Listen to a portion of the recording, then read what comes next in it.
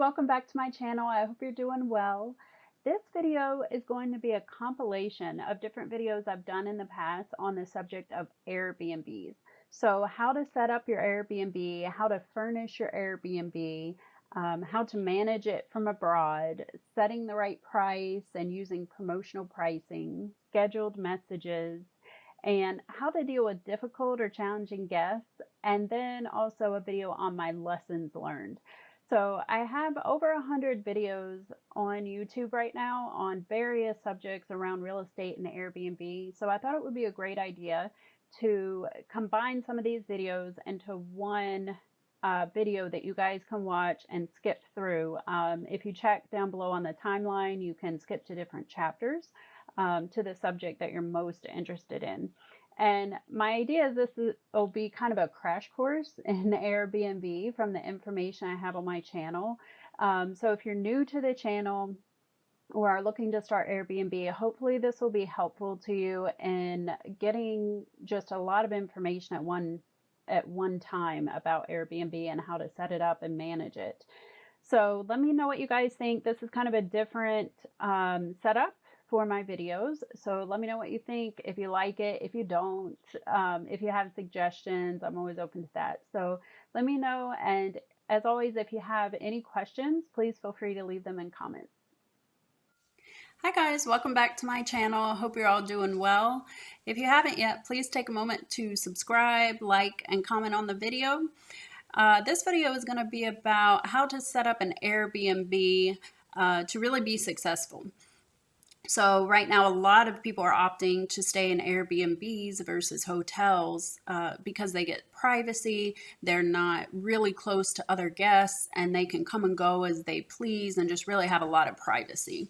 So we have had an Airbnb there in Jamaica for about 3 years and it's doing pretty well. Even through the pandemic, we had a little dip in business last year, but it's really picked up and we're doing really well at this point.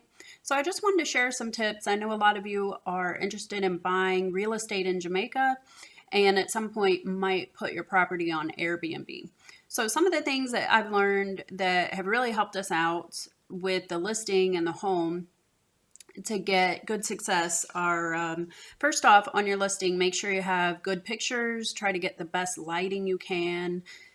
Show the various rooms. For women, we always like to see the kitchen and the bathroom. That really gives you kind of an indication of what the home is like. So make sure you take pictures of those areas and also the entrance to the home. So when the guest comes, they know that they're at the right place. That's always helpful. If you can, do a video, a walkthrough video of the home, and that will give the guest an idea or a feel of the home so that they can see the layout and the flow of the home. That can be really helpful. I would encourage you guys to put a lot of detail in the listing, in the description. So if your home is close to tourist attractions, make sure you highlight that in the description because a lot of people will want to go out and about, go to restaurants, bars, nightlife, the tourist attractions, wherever they're going. Make sure you highlight that in your listing if you're close to nice places like that. And you can even add some pictures of those places on the listing to give people an idea of what there is to do around the home. So another thing is just be honest in your listing. Your listing doesn't have to be extraordinary, immaculate, but you do have to be honest in the listing because what you don't want to happen is people to have unrealistic expectations when they come to the home. And then when they get there, they see something different that can disappoint them. So that would in turn give you problems on your reviews and low ratings that could really affect getting bookings in the future. So if there is a little setback at your house or the location or something, whatever it may be, just make sure you're honest about that. And if people message you, prospective guests message you and ask you about certain things, just be very open and honest with them so that they know exactly what they're getting into so they are not disappointed once they arrive at the home. Good communication and quick responses are really important. So, Airbnb likes hosts to respond to guest inquiries within 24 hours. But what I've done is I actually have the Airbnb app on my phone and notifications set up so that when someone messages me, I get a notification on my phone. So I do my best to respond within an hour of receiving those notifications because that really ups your visibility on Airbnb, and it really doesn't change your ratings, but it helps you get more guests because a lot of times if people are looking on the app or on the website and they send you a question about the home, if you respond really quickly, they might choose your booking over another, or sorry, choose your home over another home that they're looking at the same time. So if you respond quickly, that's really advantageous to you to get the most bookings possible. And just have good communication with the guests. If they need an early check-in or a late check-in or check-out, if at all possible, just work with them on their schedule, unless it's really going to create an issue for you if you have a quick turnaround on the home or something like that. But if at all possible, just work with them because that could be a repeat guest that you get again in the future. One good thing is to set up what they call quick replies. There's an option in Airbnb to type messages. So you have like pre-drafted messages that you can select and send out to the guests at different intervals. So if you go in and you want to send certain information like your house rules or your Wi-Fi network and password to different guests, you can send that and have it already typed up and just hit a button and it sends automatically. And one step further from that, which is a new feature of Airbnb that I'm super excited about, it's called scheduled messages. So what this does, really awesome feature. I love it. It saves tons of time and back and forth for the host. What you can do is set up scheduled messages. It's similar to the quick replies. It's a drafted message that's sent to the guest. And you can determine when the messages are sent. So for example, when I have someone that actually books our home and they've reserved the home, they get an immediate message saying, thank you for booking our home. Here is some information you may need. So I send them the address of the home, the directions, how to get into the community and how to get to the home once you're in the community, and then different information, house rules, different things like that. So they get that right when they reserve the home. And then a few days, like 2 days before they check in, they get another message with some more information and updates. And then the day after they check in, I send them a message the next morning just saying, hope you enjoyed your first night in the home. If there's anything you need, please feel free to reach out to me. So then at that point, they've been at the home for a day. If there's, say, something they can't find or they have a problem with something, they can message you and they will feel like there's open communication at that point where they can voice any concerns or issues they may have. So I send that message the day after they arrive. And then 2 days before they check out, I send them another message to say, I know you're checking out in a couple days. Let me know what time you're going to be checking out so we can arrange to swap the keys. And just remind them again if they need anything, just to reach out.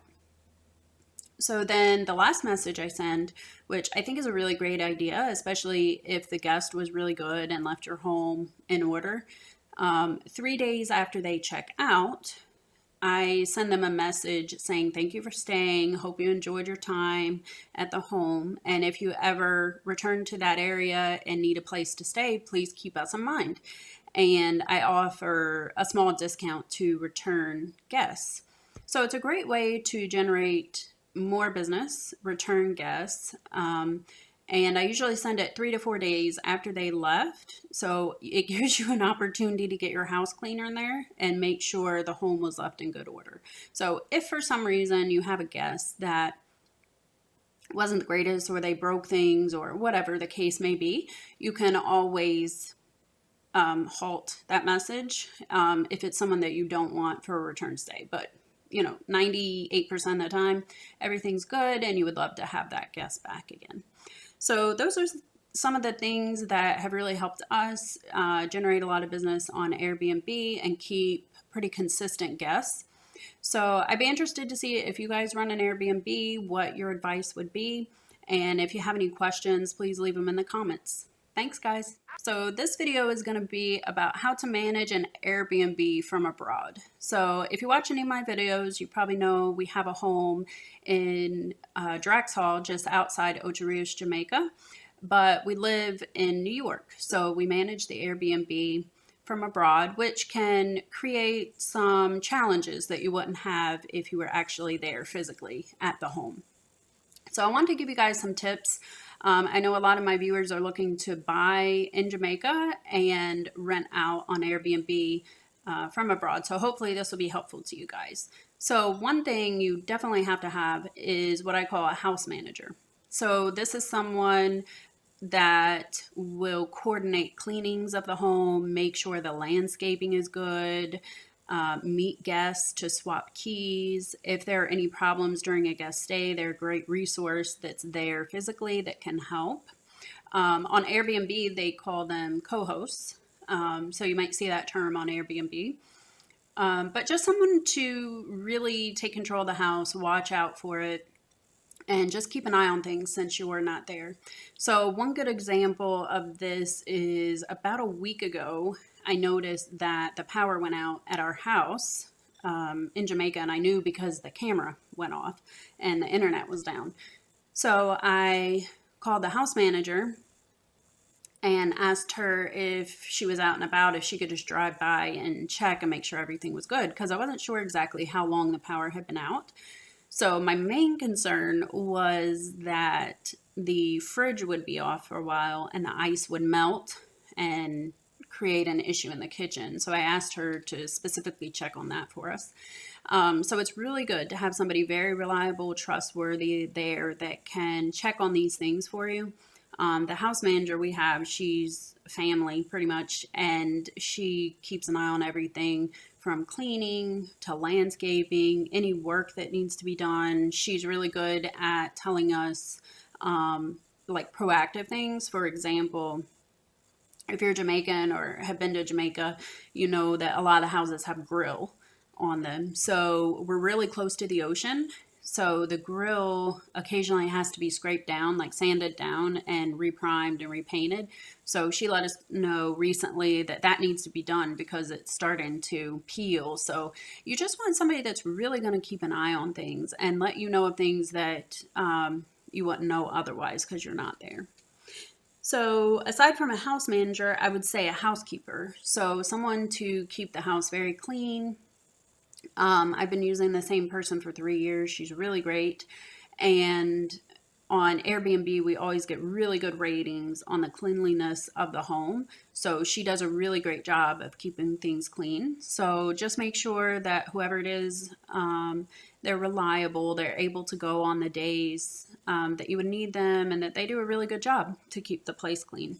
So one thing I do with our housekeeper from time to time, especially if there's a guest that I might have a little concern about, maybe something broken, or if while the guest was there, they let me know something wasn't working properly. What I'll do is call the housekeeper on WhatsApp on a video call so she can kind of show me what's going on. So that's a very helpful tool also to use when you're talking. Just do the video call and then you can really see what's going on. Another important thing, if you have a detached home, is a landscaper. So if you're responsible for keeping up your yard, you want to make sure that the grass is cut, it looks nice, because that's really the first impression people get when they drive up. is the yard. So you want it to look inviting and nice. So just make sure you keep up on your landscaping, have somebody that's reliable, that's gonna cut on time.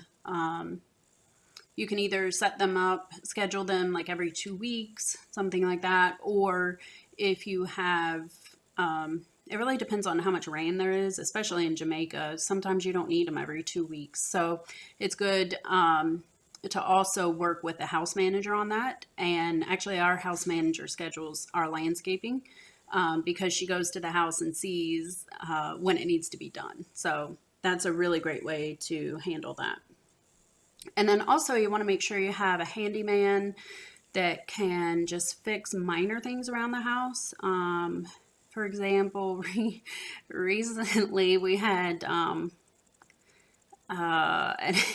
incident where somebody broke the toilet seat off the toilet. So apparently they fell coming out of the shower or something. So they broke the toilet seat. So we had to replace that. And a gentleman that we use, he's like our backup co-host and also helps us out a ton around the house. He was able to fix that. We also had an incident where the master bed broke and he had to fix that. So it's really great just to have a handyman around that can fix minor things. Then if you have something more technical like electrical, plumbing, things like that, make sure that you have those people on call also. So if you need any recommendations for the Ocho Rios area, I have those. If you're in another area of Jamaica, ask around. Maybe if you're buying a house in a new development, ask the management office there at the development if they have any recommendations for plumbers or electricians or handymen. So that can be a great way to kind of build up that contact list. If you're in a home that is not in a new development or you don't have an association with an office, then talk to your neighbors. Jamaicans are super friendly. So just talk to your neighbor and see who they use for different things. And that would be a really good place to start. Just get recommendations from people. And then the last thing is installing cameras. So we have a detached home there in Ocho Rios and we have the Ring cameras. So I really like the Ring cameras because you can look at them on your phone. You get notifications when there's movement. So you can kind of check it out. It's a great way also, not only to keep an eye on the house security wise, but also know if I have a guest coming in today at 4 o'clock and I see it's 6 o'clock and they haven't arrived yet, I can always message them and say, you know, is everything good? Do you need the directions again? Something like that. So it's a good way to kind of just make sure that they found the house okay also. So I would highly recommend getting cameras. We have one camera in the front that covers the front door or the entrance to the veranda. And then we have a back camera that covers the back door.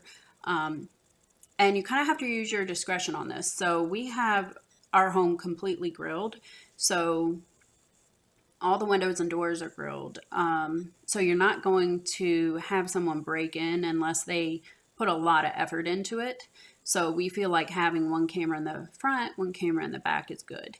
If you have a home that's a different situation, maybe somewhere else other than Jamaica, and you have exposed windows or side doors or things like that, you might consider putting cameras on the side of the house also, so you can catch movement in those areas.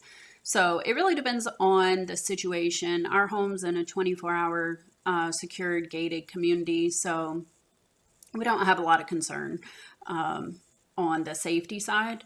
So we just have a few cameras. But if we had a house that was not in a development like that, I would definitely have more cameras to watch the driveway or the side of the house, like I mentioned.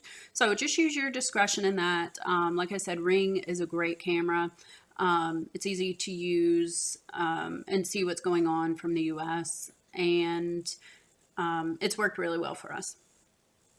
So those are the tips I have on how to manage an Airbnb from abroad. If you guys are doing this also, what have you found helpful? If there's other tips that you have, please share them in the comments because it can help other viewers out. And any questions, also, I'm always glad to get those. So thanks, guys. Welcome back to my channel. Thanks for watching. If you haven't already, please like, subscribe, and leave a comment with any questions you may have. So today's video is really exciting. This is something I've been working on for a really long time, kind of putting it together piece by piece for you guys. So I'm very excited to put this out there and see what kind of reaction I get. So I started an Amazon store that is solely based around helping people furnish their home to set it up on Airbnb. So with that being said, it is primarily for Airbnb, but if you are just furnishing your home for your own use, this also comes in really handy. So what I did, I started this Amazon store and I've come up with lists of different items that you will need for your home. So I have a few videos here on items that I've talked about on YouTube, like the Ring cameras and the self check-in for the Igloo home. So those are great videos to check out for different products that I recommend. And here you see I have lists for every room in the house, the bedroom, kitchen, laundry room, everything. So the idea behind this was when we bought our house in Drexel, it's a 3-bedroom, 3-bath house, and I spent so much time putting together lists of what I would need and searching online for lists that were already out there. And then I would go through my kitchen in my house here in New York and go through my drawers and see all the things I had, like spatulas, wine bottle openers, can opener, a blender, all these different things that you need in a kitchen. If you're a female out there, you get what I'm saying. There are just a lot of little things, especially in a kitchen, that you might not remember when you're putting together a list of things to buy to furnish a home from scratch. So when you get these homes, if it's in a new development in Jamaica, it will come with absolutely nothing. So you have to start from scratch. So like I said, I spent a lot of time putting together lists for Drexel and trying to figure out, okay, where would I buy certain items, which would be the best place to buy small items like kitchen utensils, and then where should I buy my large appliances. So what we came to was we ended up buying our appliances and our large furniture like the bed and couch in Jamaica. And there's a link on my website, sidehustlemama.co, that has all that information for the furniture and appliance store. It's in Kingston. It's called Appliance and TV Depot in Kingston. So it's a great store. They give really good prices and the quality of furniture is very good. So I highly recommend buying those large items and appliances in Jamaica.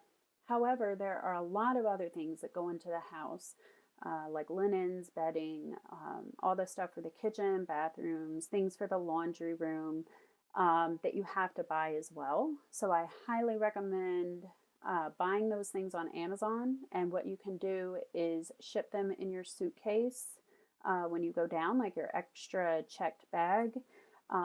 Typically what my husband and I do, we're allowed 2 checked bags when we go to Jamaica. So we try if we can both cooperate, because I'm guilty of taking way too many clothes to Jamaica when I pack. I always bring so many things and I never end up using them, but I end up wearing tank tops and shorts the whole time I'm there. But if we can, we try to pack everything in one checked bag for our personal items and our carry-on. And then what we do is we'll have 3 checked bags left over, and we can fill those bags with things for the house. And I still do this today because even though we're not setting up a new house, every time we go down, there's always things that you want to replace, like towels or sheets, dishes, different things like that. So you can pack those in your checked bag, so you don't have to pay extra to ship those down. With that being said, when we bought the house in Drexel, we did ship 4 barrels down to set everything up. Because, like I said, it was a 3-bedroom house, so we had 3 bedrooms to furnish. It's sets of sheets, sets of towels, everything for the bathrooms. So I found it helpful to use 4 barrels because we just had the volume of stuff we had was just a lot to begin with. So that's a great way to get things down to Jamaica. I don't know what the cost is from every place because I know a lot of you are in Canada and the UK. But here in New York, you can buy a barrel for about $50 and ship it down for roughly between $50 and $100 to Jamaica. So it's a pretty cost-effective way to get your items down there. So you can pack all the sheets, the towels, your curtains. We shipped down 2 TVs when we did the barrels. So it's you can really fit a lot in there, and there's no weight restrictions. Whatever you can fit in the barrel will go. So that's one thing to keep in mind also, because when you're taking things down in your check bag, you obviously have some weight restrictions. So you have to keep that in mind as well and balance out what you might put in a barrel versus what you would put in your checked bag. So let me just give you guys an idea of what is on this list. I'll look at the kitchen list for the ladies out there. We always care about the kitchens. So I have everything you will need to set up the house really nicely, down to some decorations like a fruit bowl for the table and some different options. And then more functional things like paper towels and the towel holder. So I'll just give you an idea here. We have different things like Cascade that you would need. Garbage bags. Some of the houses, my house in particular, doesn't come with a dishwasher, so I actually buy dish soap versus like the Cascade pods. So I put that on here as well. So I tried to think of different variations or different houses that you guys might be buying. So when you go through this list, I tried to encompass all the different scenarios. So when you go through this, just be mindful of your house and what you might need. So some houses might need the dishwasher pods, whereas for my house, for example, I buy just a bundle of Dawn and then the Scotch-Brite pads. So like I said, there are a lot of things here. Obviously, you don't have to get everything, but you want to make sure your home is comfortable for yourself or your guests. So as many things as you think would be useful. We have wine glasses, Keurig machine, different plates and bowls. We put a couple different silverware or flatware sets. And then I know this might sound odd to some people that I have oil and salt and pepper here, but if you're familiar with Airbnb, in order to say that your home has cooking basics, you have to say that you have oil, salt, and pepper. So that might seem funny, but to be able to check that box on Airbnb, you need these things. So it's good to have just in the house for people who want to cook.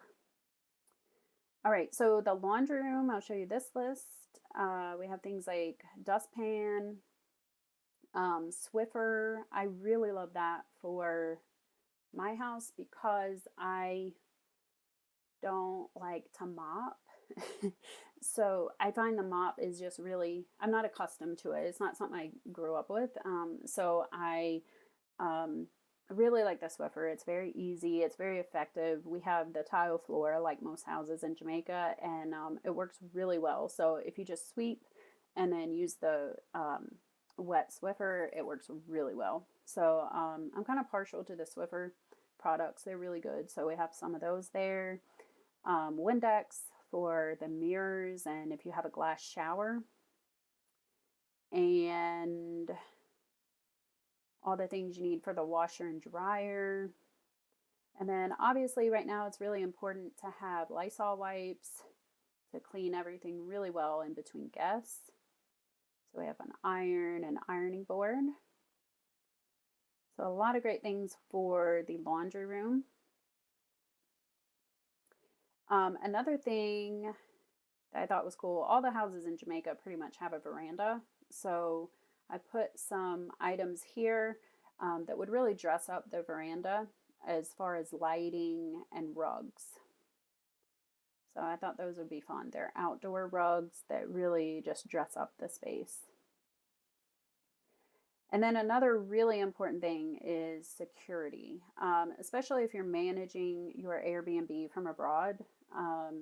It's really good to have some sort of security cameras and then also lock boxes so that you can create a self check-in Airbnb, which is a really big thing right now because with COVID, sometimes the guests don't like to interact with the host as much. So if you have a self check-in, it gives them the option to check in on their own, get the key, and then they don't have that extra interaction with people. So what we use at our house, both of our houses in Jamaica, are the Ring cameras and the solar panels, which are awesome. We actually use these at our house in New York too. And even here in New York, where we have kind of some dreary days or the solar panel might be covered up with snow on certain days, we never have to charge these Ring cameras, which is a great thing. So being that we live in New York and our Airbnbs are in Jamaica, I never have to worry about the batteries going dead.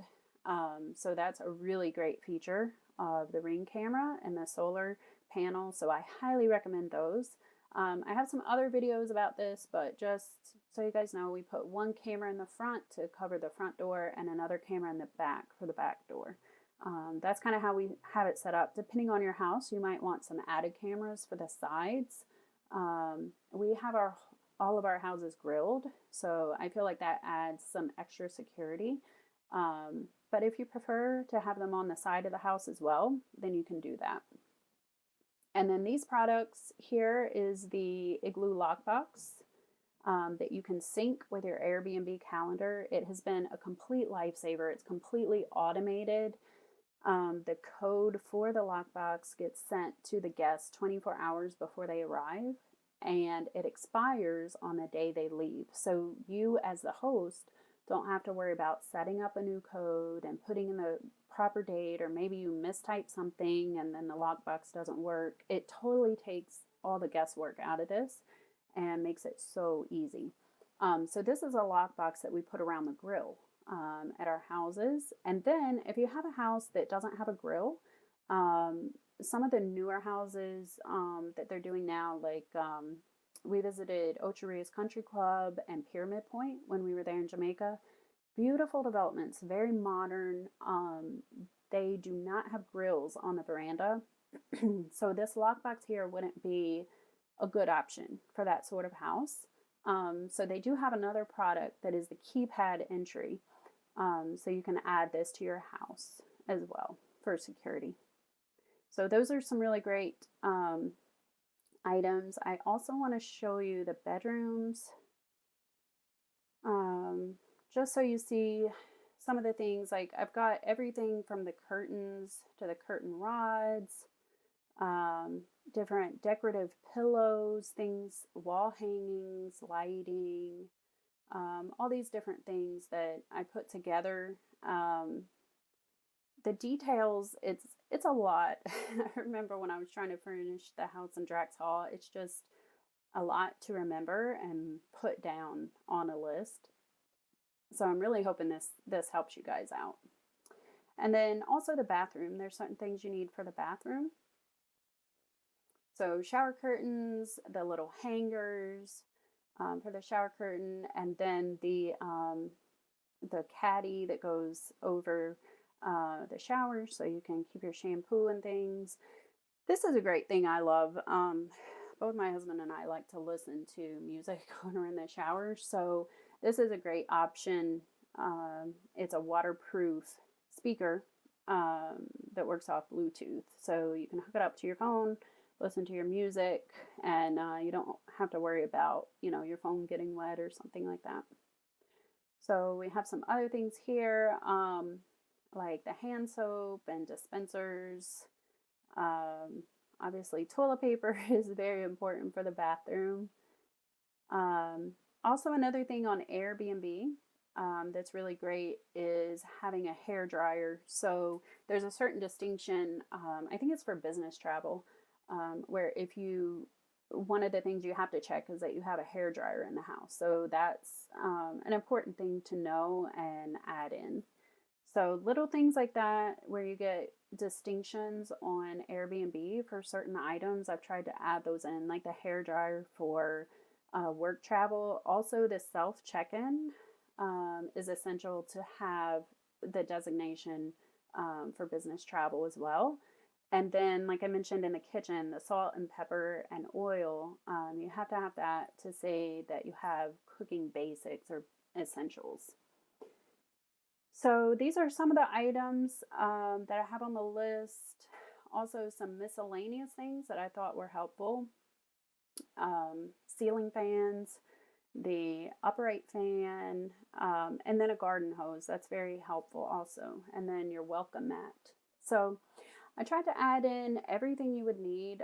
Basically, if you use this list and for the smaller items, and then you go to the Appliance Depot in Kingston, you can literally furnish your house, the small items at least, in under an hour. And then the big items, if you're abroad, you can call the store and they will send you pictures of the furniture with pricing, and you can pre-order that or just have an idea at least of how much you would spend for those larger items. So I'm really interested to see what you guys think. Please leave comments, good, bad, ugly.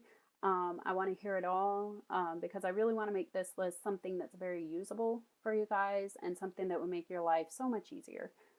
So let me know what you think, and I'll see you on the next one. Hi guys, welcome back to my channel. Thanks for watching. I wanted to make a video about Airbnb pricing. So I'm going to walk you guys through the pricing module on Airbnb and just show you how I've set it up and let you know the options that you can select there. So before we get into it, if you haven't already, please subscribe, like, and leave any comments with any questions. Here on the pricing page, you have a few different options to fill in here, and make sure you fill this out when you're setting up your listing to make sure you get the right price. So I've had a lot of feedback on pricing for some of the other videos I've done, people asking, how do you set a price? Do you use the Airbnb recommended pricing? I do not use their pricing because it's really low. So for example, I have this home set minimum $100, maximum $325. They're recommending that I use 63. So that's just too low.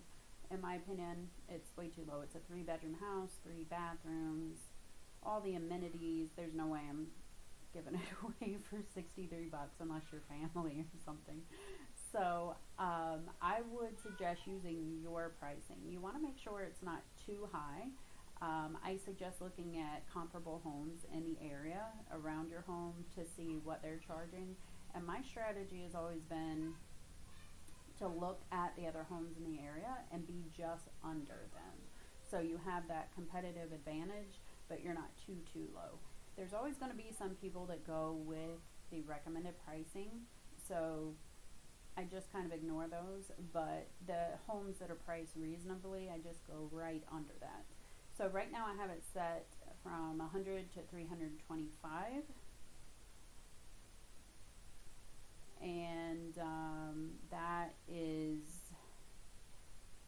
kind of what we've done for now. This is kind of cool. It shows how many nights you've booked, and based on discounts, it shows what was actually paid for those nights. So I do have some discounts going now because of Corona, I've had a few cancellations. People couldn't travel, especially from the UK. So I've had some cancellations, so I put some discounts out, and I'll show you that in a minute. So that I got more bookings and was able to fill those time slots where I had cancellations. Alright, so if we go to discounts, you're able to set a weekly discount. So say I'm charging $100 a night, but if they book a week or more, they get a 20% discount.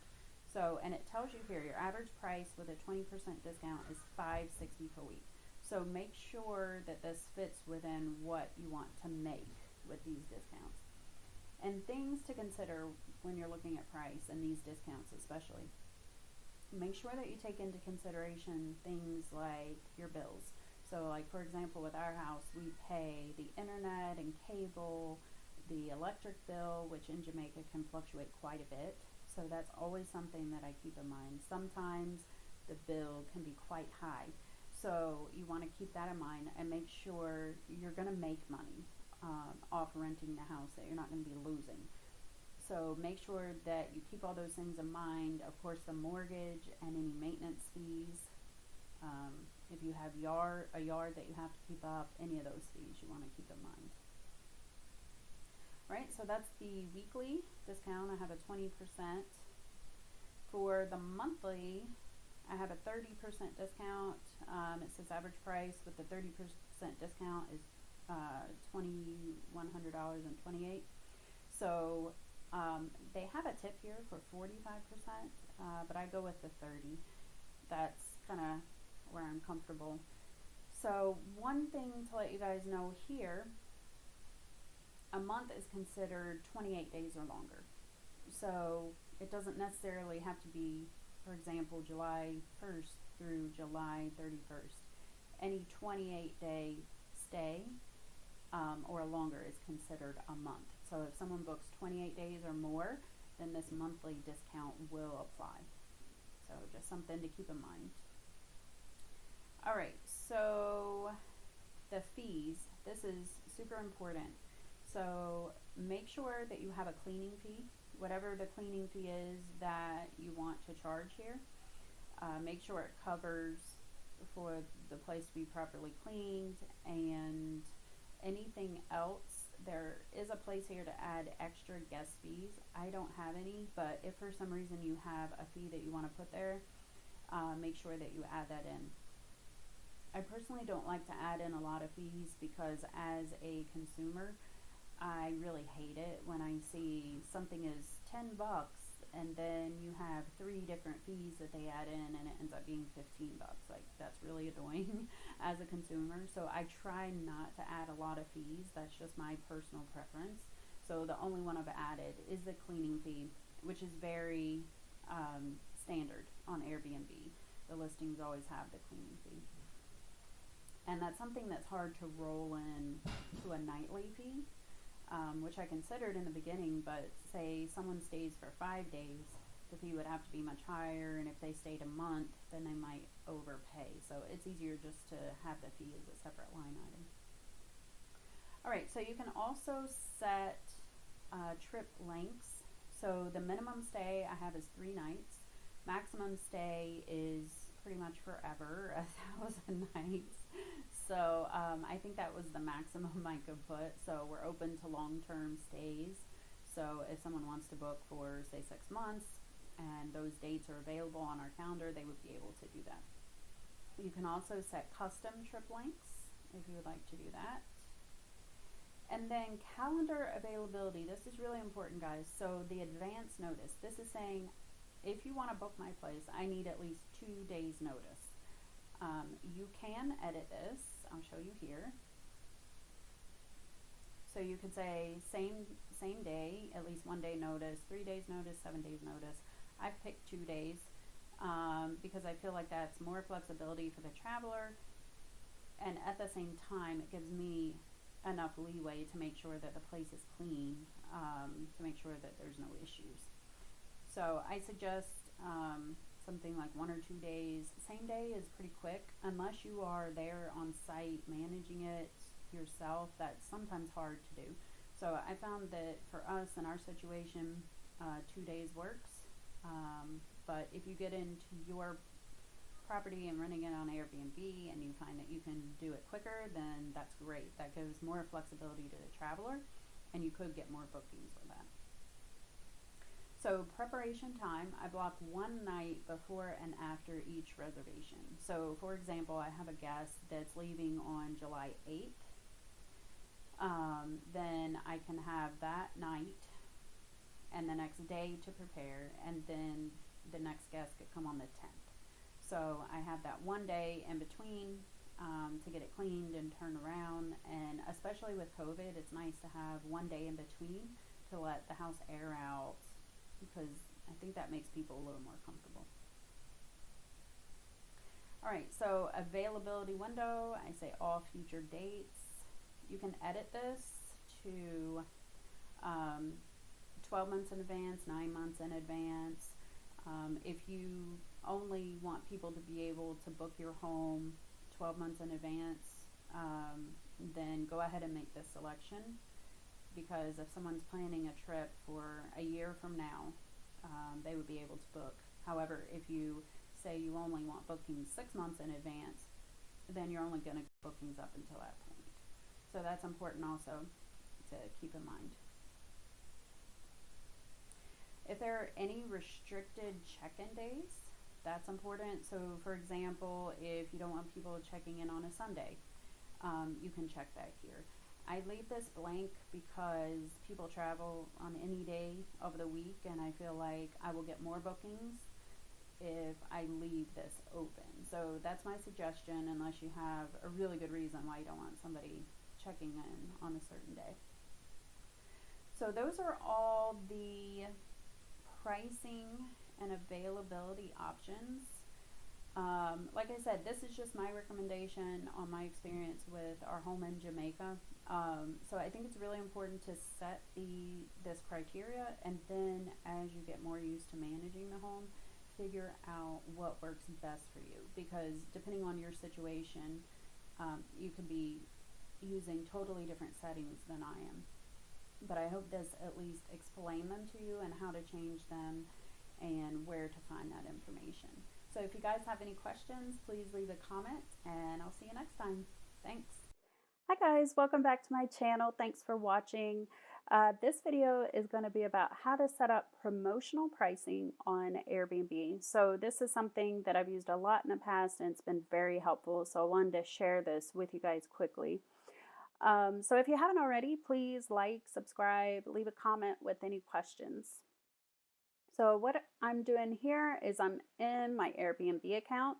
I've gone under the calendar tab, and this is my calendar for January 2022.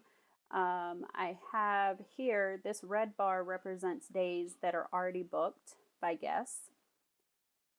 So what I want to do is create a promotional pricing. And I want to look at these dates after this guest leaves. So what I'm trying to do is I have a guest right now until January 17th, and I want to fill up more of my time in January, try to get more bookings. So you can see here, January 18th, my price is $125 per night through the end of January. So what I want to do is make a promotional pricing, or a reduced rate for these days, in hopes that I will get more bookings. So over here, you just click on promotions and then a custom promotion.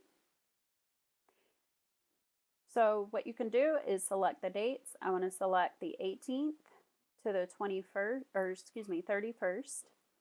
And what it does is it suggests a rate to you. So it's saying, okay, let's suggest $98 a night.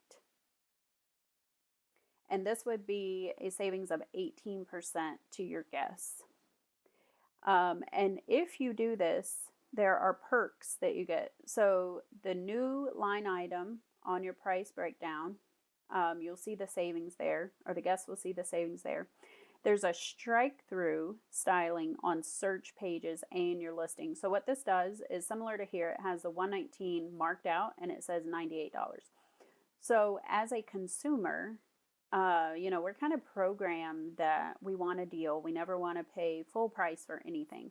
So this lets your guests know that this home is normally a higher rate, but you are giving a discount for these nights. So it makes them feel like they're getting real value by booking your home.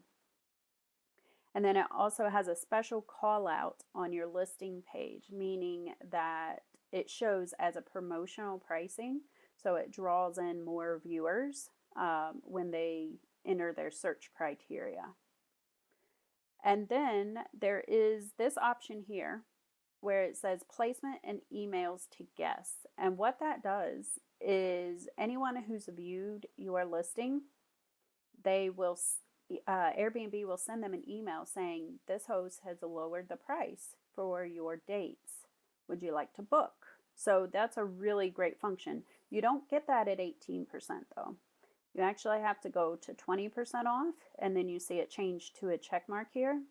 So you'll get that savings. So we went from $98 to $95 to get that email. So based on how much you want to use this, or how much you really want people to book your home and how much you can afford to take off the price, you could do that. So these nights would be $95 a night.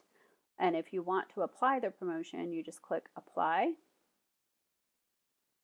And then it says get ready to get notice. Your promotion is up and running. Head to your calendar in a day or two to find out how it's going. The price for your promotion dates will be locked while your promotion is running. To change these prices, you can edit the discount or delete the promotion. So it will stay there until the end of the promotion, and then if you want to change anything, you can just go back and edit. So here you could edit this. So say if I didn't want to do the 20%, I wanted to go back to 18, I could do that. And you see over here on our calendar, it's showing as a promotion right here. So this is how you do promotional pricing. I found this very useful, especially during COVID. We have a lot of guests that come from overseas. Like I get a lot of bookings from the UK, and as you guys probably know, COVID has hit really hard over there, and they had a lot of travel restrictions for some time. So some of the guests that I had scheduled didn't even make the trip, so they had to cancel. So then that would leave me with gaps in my calendar and nights that were available. So what I would do is I would go in here and set up promotional pricing. And what I found a lot of times is when I did that, people that were already in Jamaica would book that time. For example, I would have families come from Kingston, stay in Ocho Rios at our house for, a vacation or a long weekend or something like that. So it's a great way to fill those gaps in your calendar. If you have, like, for example, in this calendar, we have, a couple weeks here that are open. Put the promotional pricing in, see how it works. You don't want to go too low. You don't want to price too low and make it unprofitable for yourself. But at the same time, you do want to be making money with the home.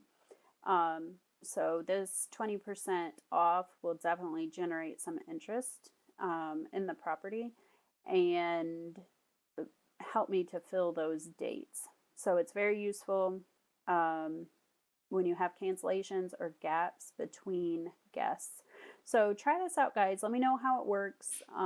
If you have trouble doing it, I have just a note. I am on my laptop right now doing this on the actual Airbnb website. This is the only way I've found I can do that.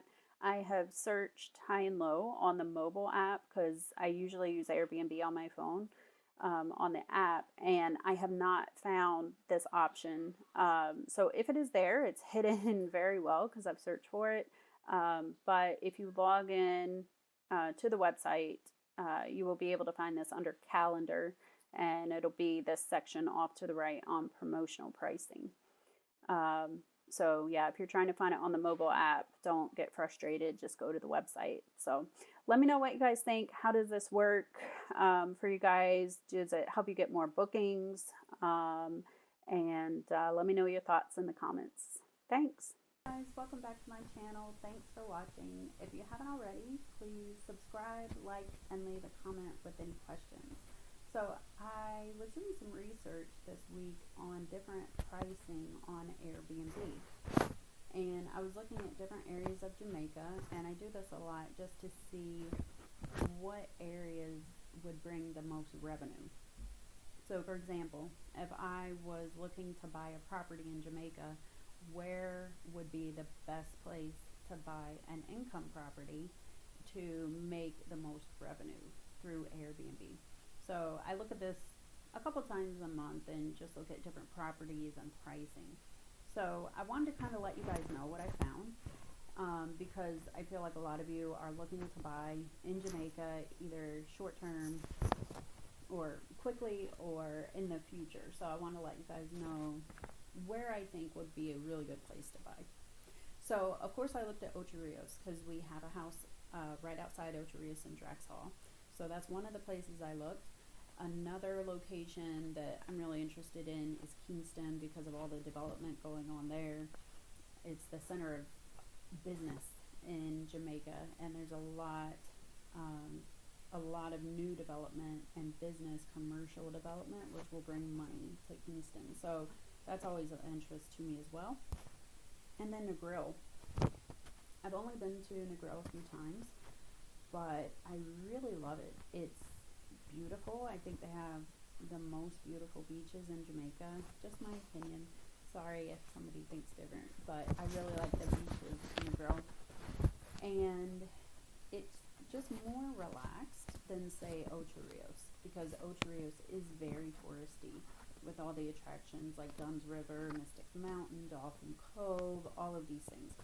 And then also with the cruise ships coming in, sometimes Ocho Rios town can be very crowded on the days where a cruise ship has docked. So Negril is a place I've been like keeping an eye on and just seeing kind of what's going on there and wondering if that would be a good place to invest in the future. So excited to let you know what I found out. So for Ocho Rios, I did searches for 1, 2, and 3 bedroom properties for each of these locations. So Ocho Rios, a 1 bedroom on Airbnb is going for $50 to $90 per night. A 2 bedroom is going $50 to $130, and a 3 bedroom is going from $70 to $160. So for a 1, 2, or 3 bedroom home in Ocho Rios, you're looking at $50 to $160. So unless there is a special event going on, like there's some music festivals that happen near Ocho Rios, and during that time you would be able to get more for the homes. But on a normal day, $160 for a 3 bedroom is about where you'll cap out. So $160. And then Kingston, which is the financial center, the business center, the hustle and bustle. A 1 bedroom is anywhere from $25 to $75 a night, which I thought was cool because it's very affordable. A 2 bedroom can go from $63 to $139, but then a 3 bedroom can go from $125 to $199. So that's not bad. For a 3 bedroom in Kingston, you can get up to $199. So compare that to Ocho Rios, it's like $160. So Ocho Rios, $160, Kingston, $199. So then the really cool thing was when I looked at Negril, the 1 bedrooms are from $48 to $95. The 2 bedrooms are $99 to $250. And a 3 bedroom can get you anywhere from $150 to $350. So that's really good. Now keep in mind the $350, it was a beautiful home and it was on the beach. So you had the great ocean views, the access, all of that. So keep that in mind. That is at the higher end. But the highest I saw in Negril was $350 for a 3 bedroom. So just to recap, guys, Ocho Rios, a 3 bedroom, you're looking at around $160 a night on the high end. Kingston for a 3 bedroom, you're looking at $199 on the high end. And Negril for a 3 bedroom, you're looking at $350. So this is really exciting because my husband and I were actually talking about it like a month or so ago, and we were saying, if we're gonna buy another house in Jamaica, where would it be? And we were just like brainstorming on places that we thought would be good. And I always think Kingston because it's the business center, and then Negril because the beaches are really beautiful. And I feel like over time, Negril will develop more into more of a tourist spot. So I feel like it would be a good time to get in and buy a property in Negril if you found one that was the right fit. So let me know what you guys think. If you had to pick, where would you buy a house? Either Ocho Rios, Negril, Kingston, somewhere else in Jamaica. I'm interested to know what you guys think about those different areas and the prices that you can get on Airbnb.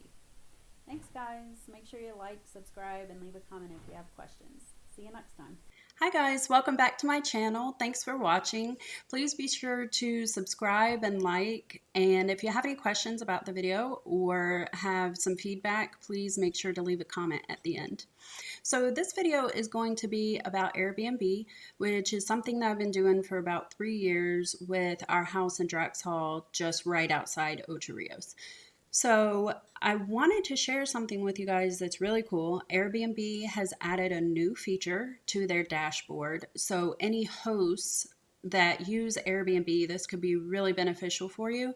If you're not using Airbnb right now and you're planning to get a home that you want to rent out short term or long term, and you plan to use Airbnb in the future, just keep this in mind for when you set up your account, because it can be really helpful and save you a ton of time. So what I wanted to talk to you guys about is scheduled messages through Airbnb.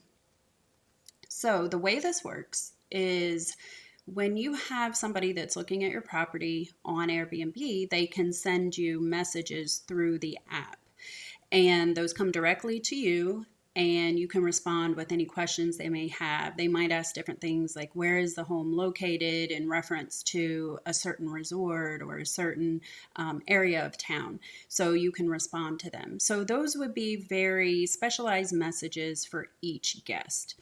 However, when you have guests that come, you will have certain messages and information that you will need to send to them that is very not very specialized to each guest. It's just general information about the listing, your home, maybe the area, certain things that you want them to know about your home.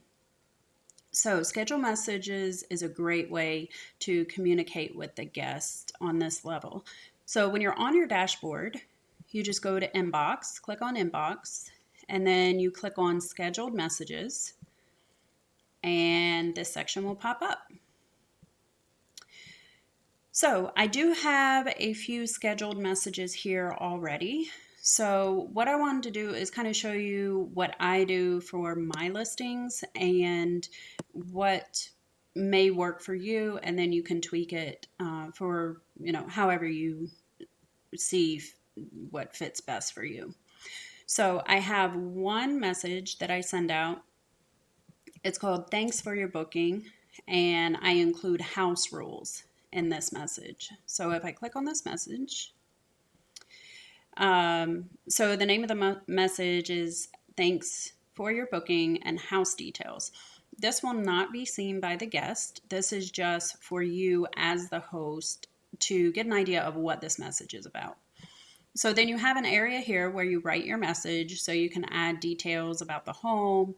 I always say, thank you for booking. I'm glad that you've chosen to stay with us. So you can write different information there. It's a good idea to include the address of the home and any directions. So for example, our home is in a gated community, so I gave them the address of the home. I'm not going to show it here for privacy purposes, but I gave them the address of the home and then also directions to our home from the security gate of the community. So exactly how to get there and what to look for on the way. So that's a great thing to add. If you have any certain house rules, for example, if you don't permit smoking, if you don't permit pets, certain things like that, make sure that that's included in the message as well, because even if it is on your listing, the guest might not have read it. they might not read the whole description or rules of the house. So make sure you remind them of those really important things in a message. And then also things like what time to check in. So, for example, I have in the message check in is at 11 a.m., and I give them the co host's contact information that they can contact if they're going to be earlier or later than 11 a.m. So I will just kind of skip through this. And then the next thing you look at is which listing do you want to add this to. So I have two listings here. If you have one listing on Airbnb, then you would just select that listing. And if you just click on it, then you'll see the various listings and you can check them, whichever one you want to select. If you want to send the same message to all listings, then you would just check both listings. So this is a good way. If you have two different listings, you would want to put the separate addresses of those homes. So make sure that each message that's attached to the listing has the correct information that you want to give the guests for that listing. So the scheduling. So you have an action that is a trigger basically for this message. So for this message, it's when a booking is confirmed. I want to send this message saying, thank you for booking, and here is some information about the home. So the action or the trigger for this message is a booking confirmed by the guest. And then when to send, I send it immediately after the booking. So as soon as that guest confirms their reservation on Airbnb, they get a message from me with that information. So it really helps with your communication with the client or the guest. Sometimes people might book at weird times of the night or early in the morning, late at night, things like that, and you might not be able to respond right away. So having the scheduled message set up to auto send is really a great feature, and I love that they added this. So these are the different time frames. You can send immediately after, minutes after, hours after, however you want to set that up.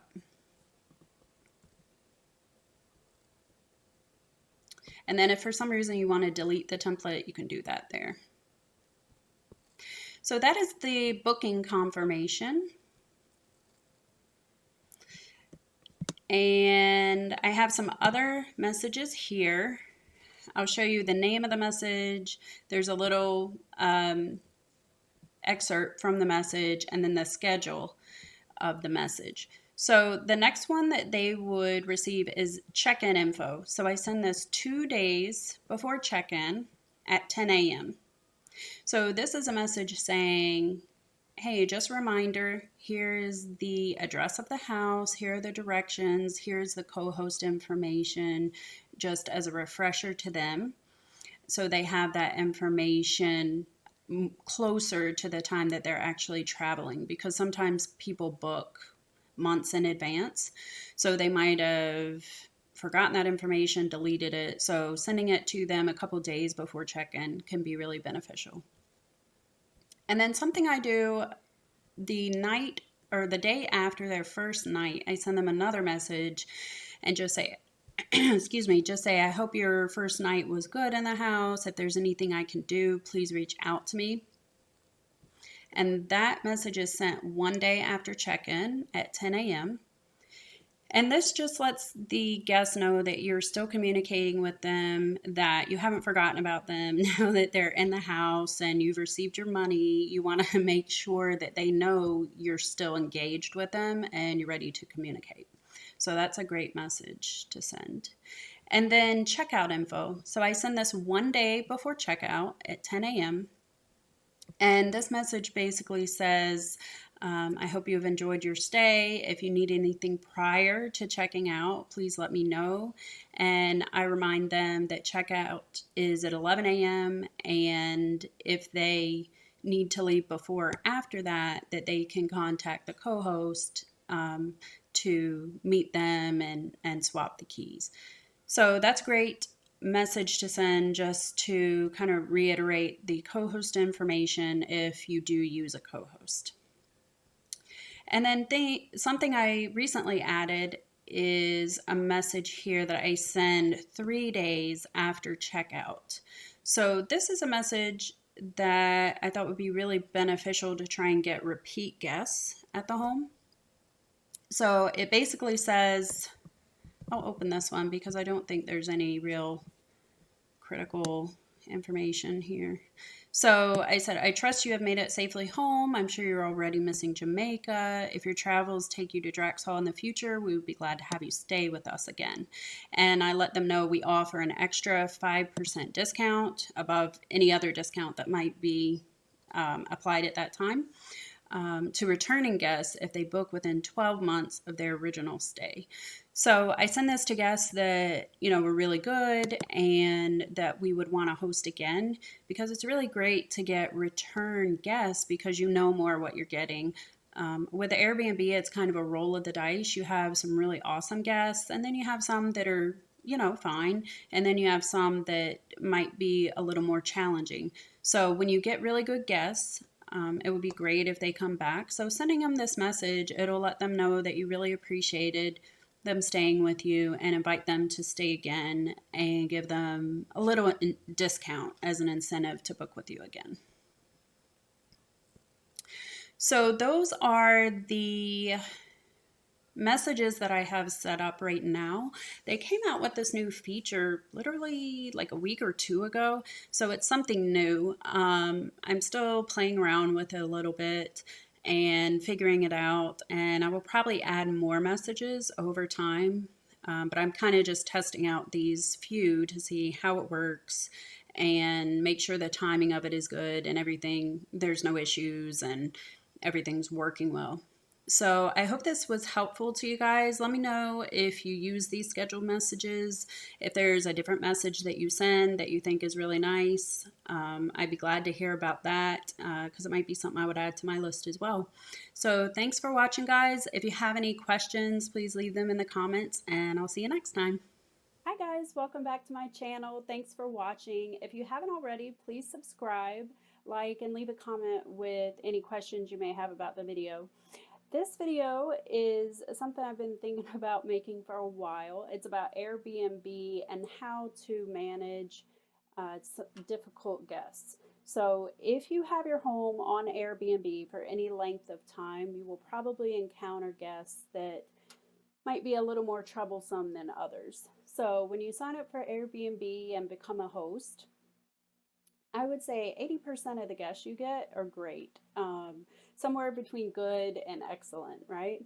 And then you have some that are fine, and then you have a small percent that might give you some trouble. So I just want to share some of my experiences with you guys, some of the things that we've experienced with our house, how we dealt with it, and and also how to deal with Airbnb during certain situations. So I would say first and foremost, communication is really important. So I have another video about scheduled messages on Airbnb. If you haven't checked that out already, please do, because I think that will help a lot of communication issues if you have those, and help maybe deter issues before they happen. So scheduled messages are something you can set up to auto send to your guests at different points before, during, and after their stay. So definitely check that out if you haven't. So what have we experienced? We've had, like I said, some really awesome guests. Especially here recently, we've had a few that have been challenging. So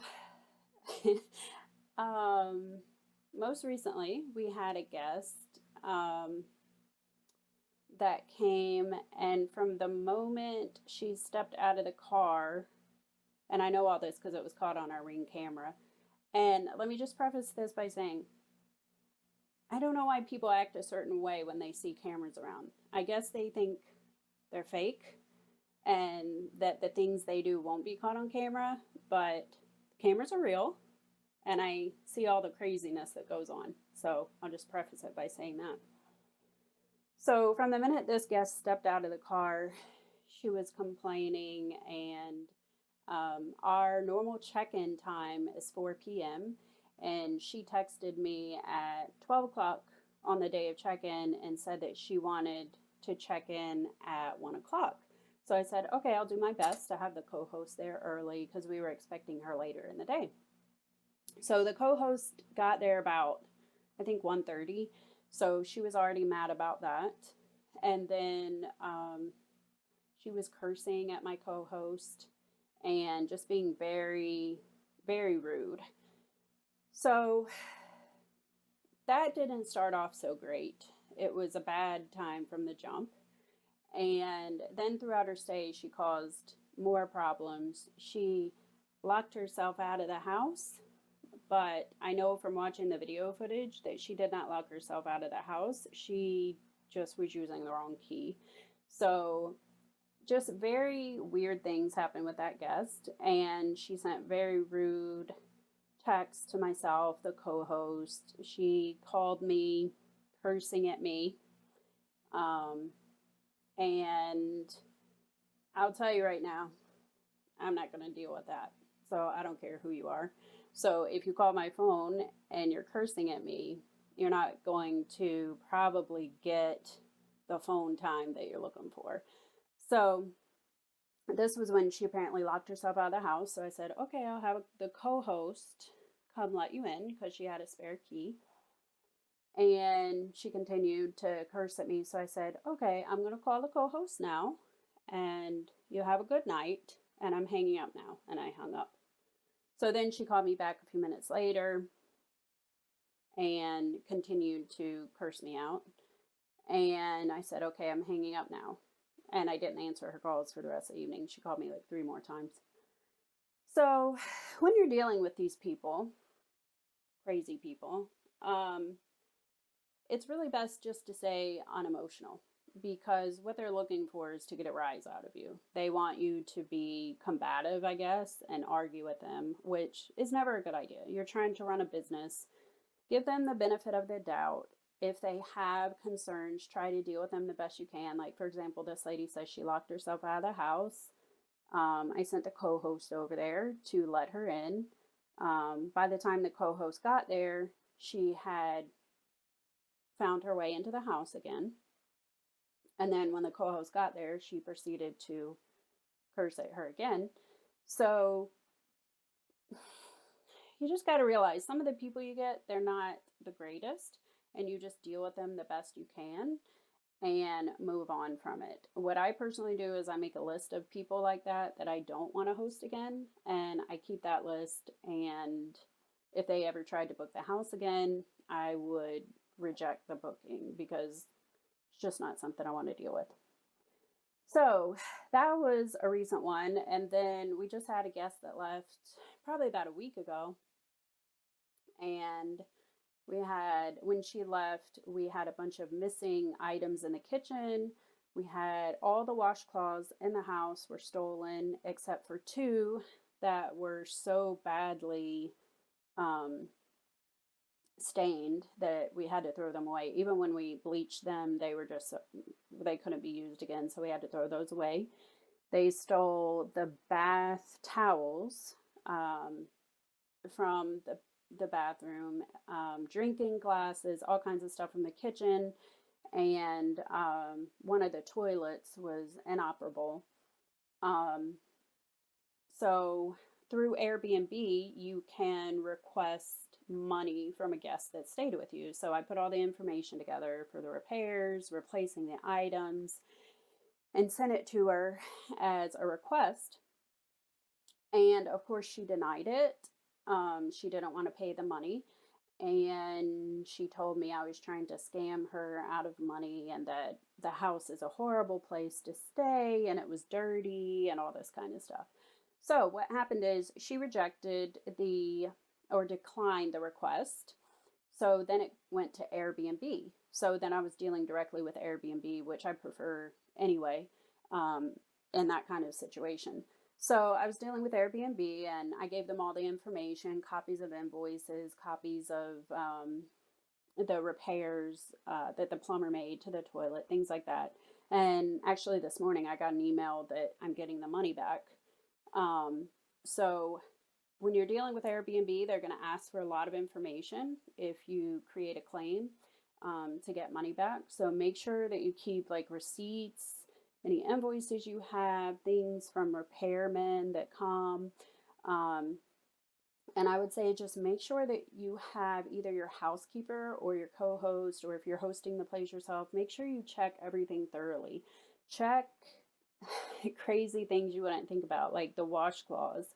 Are all your sheets there? All your towels there? Do you have your drinking glasses? Do you have your silverware, the pots and pans, everything? Just have them check everything because you never know what people are going to take.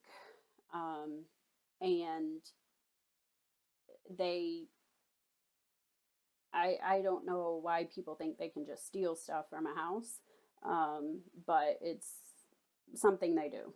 So just be aware of that and just keep an eye out for that. And make sure you check the house because if you don't create a claim within a certain amount of time, you won't get any sort of reimbursement from Airbnb.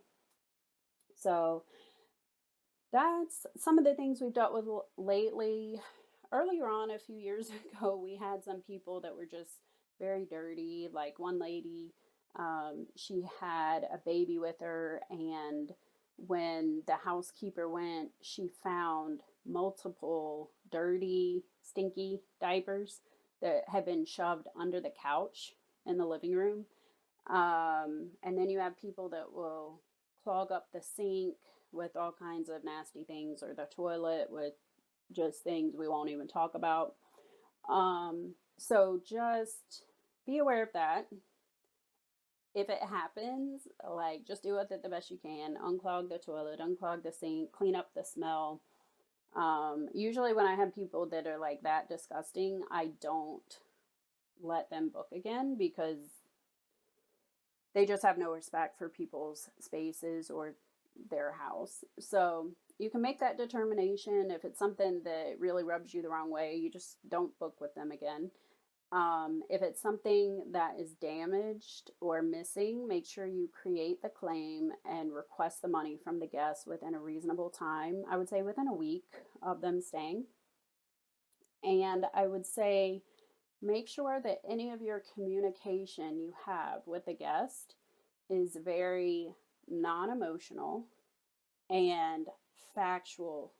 Like, use your facts to back up what you're saying. Don't get emotional because a lot of times, if somebody's trying to get money from you or make it seem like something's going on that's not going on, they tend to get emotional. So don't play into that. Just stay totally unemotional and keep your messages or your phone conversation short and sweet, to the point.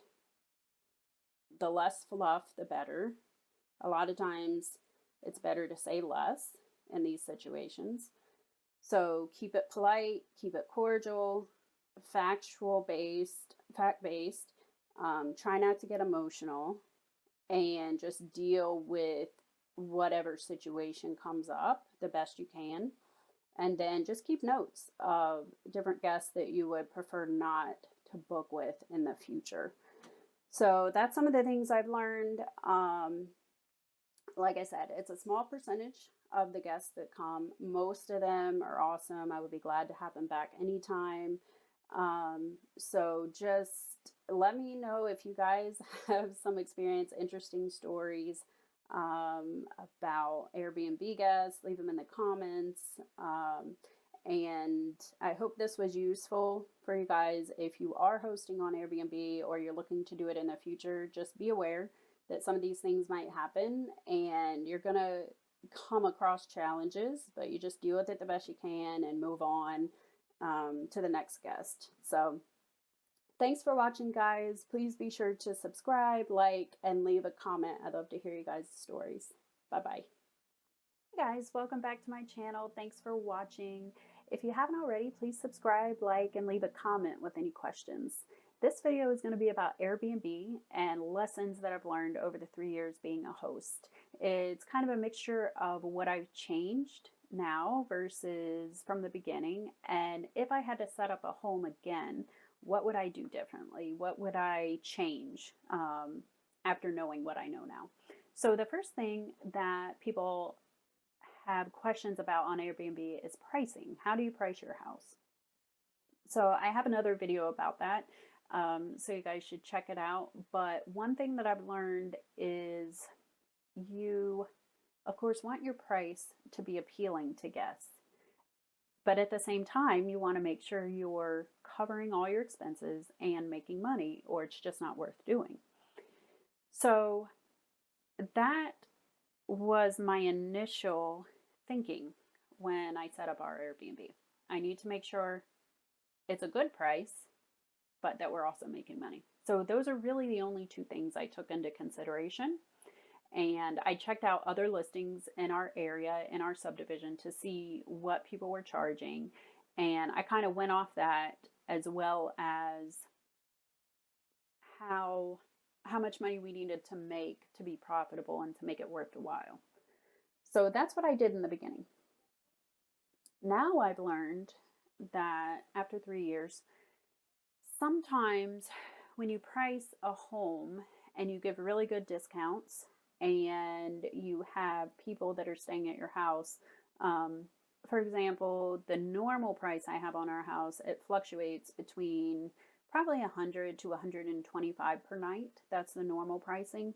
But then every once in a while, I'll put in a different pricing to encourage stays. So for example, during COVID, if I've had a cancellation, I will take that time and I'll put a discount on that time. So maybe the guest would pay like $85 a night. And a lot of times it resulted in bookings, which are really good because you fill up your time and you get revenue for that time, even though it's a little less per night. So that was kind of my strategy. What I've learned is when I price the home at 100 or 125, I get a certain type of guest. When the pricing gets into $70, $80 per night, I tend to attract a different caliber of guest. And sometimes it's not worth it to go down in price. Just to give you guys an idea, in our area, the hotels and resorts charge between $400 and $600 a night. We're charging for our house, a 3-bedroom, 3-bath house, $100-ish per night. So when I go down into the $70, $80 per night, I'm going to attract people that are not wanting to pay a lot and might not respect the home and take care of the home like other people would. So not to discourage you guys from doing discounts, because I still do them from time to time, but just be aware that you don't want to price a house too low, because you just might not get the caliber of guests that you're looking for.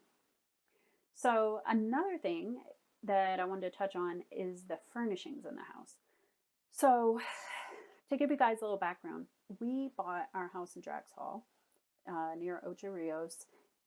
We started the process in 2015, and we actually took possession of the home in 2016. So a few years ago, and our life was completely different then. Since then, since we got that house, we've had 2 kids. So as you can imagine, our priorities, our flexibility to travel has really changed a lot. So when we set up our house, we never had the intention of putting it on Airbnb. This was going to be our retreat, our place to go in Jamaica and just relax and have fun and just kind of be on our own. So when we furnished the house, we furnished it really nicely. The furniture is very nice. The linens, the quilts I have on the bed, they're very nice. Originally, the glasses, the dishes, the silverware that I put in the house were all very nice. Everything was really nice. Um, and what's happened is over time, over these 3 years, little by little, a lot of my linens, towels, washcloths, drinking glasses, kitchen utensils, they've been stolen. People have stolen them. So there's a fine line between putting really nice things in the house and putting too nice of things. Like you want the house to be nice so people have a comfortable stay, but you don't want to put things that are so nice that they want to steal it. And that's what we have definitely experienced at our house. So now when we replace these items, we get very standard things. Now, I will make a comment here. If you are marketing your home as a luxury home, then you want to make sure you have high end towels, all that stuff. Make sure that the linens are really nice. Um, but to that point that I was saying earlier about pricing, if your home is marketed as a luxury home, you're probably going to be charging, 200, maybe over $200 a night, depending on the location, the size of the home, all those things. There's a lot of factors that go into pricing, but you would be charging a higher rate for your home. So hopefully you'll get guests that will respect the home more and not steal your stuff. But just be aware, if you're setting up your home for Airbnb and it's going to be just kind of a standard house, um, get nice things, make sure everything's clean and it's good quality, but you might not want to get like the top of the line quality, because people will steal it. They'll steal it right out of your house. So that's one thing I would definitely do different. If, like I said, we didn't initially set up our house for Airbnb. If I was setting it up for Airbnb, I definitely would have gotten like a different sofa. I think the sofa we have in our house, we have like a sectional and then a separate 3-seat couch. And I want to say we paid like, I think for all the living room furniture, I paid like $4,500 or $5,000 US, which seems crazy to me now because honestly, when we stopped doing Airbnb at our house and we live there, I'm going to want to get a new sofa. So I wish I would have put a nice sofa in there, but a cheaper sofa. Let the Airbnb guests use that. And then when we move in, get something nice like we have there now. So yes, lessons learned. A lot of the other furniture we got really nice heavy beds. Those will stay. I mean, those are fine. Like, I'm definitely gonna like replace mattresses and things like that. But the actual bed furniture, it will be fine. So just keep this in mind. If you are furnishing a house from the start for Airbnb, get nice things, but not too nice. So this kind of leads into the next point that I have of taking an inventory of the home. So if you have guests that are staying at your home and, one guest leaves, the next guest comes, you have 4 or 5 guests come, in a few month period, and then you start noticing there's missing things. Like, I don't have enough drinking glasses for the people staying in the house, or I don't have enough washcloths to put in these bedrooms, or I don't have enough towels. And you're not sure where they went missing. You don't know if it was one guest or the other.